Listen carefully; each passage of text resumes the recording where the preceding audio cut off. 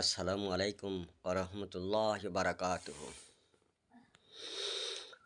শুভরাত্রি প্রিয় ভিউয়ার্স।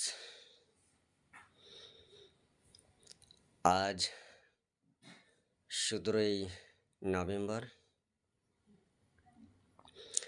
সারা বাংলাদেশে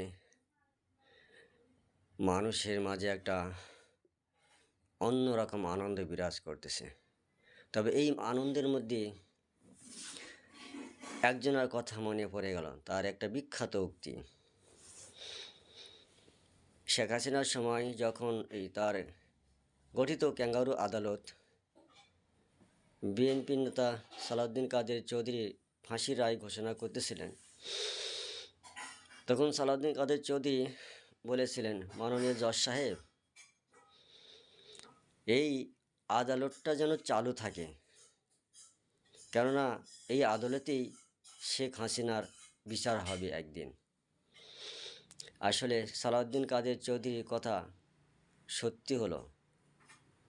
তাহলে এখন বোঝা যাচ্ছে যত দোষ, সব দোষ সালাউদ্দিন কাদের চৌধুরীর। তার অভিশাপ ঠিক হয়েছে, অবৈধ সরকারের ফাঁসি রায় ঘোষণা হয়েছে, এখন অপেক্ষা মাত্র। ভালো থাকবেন সবাই। শুভরাত্রি।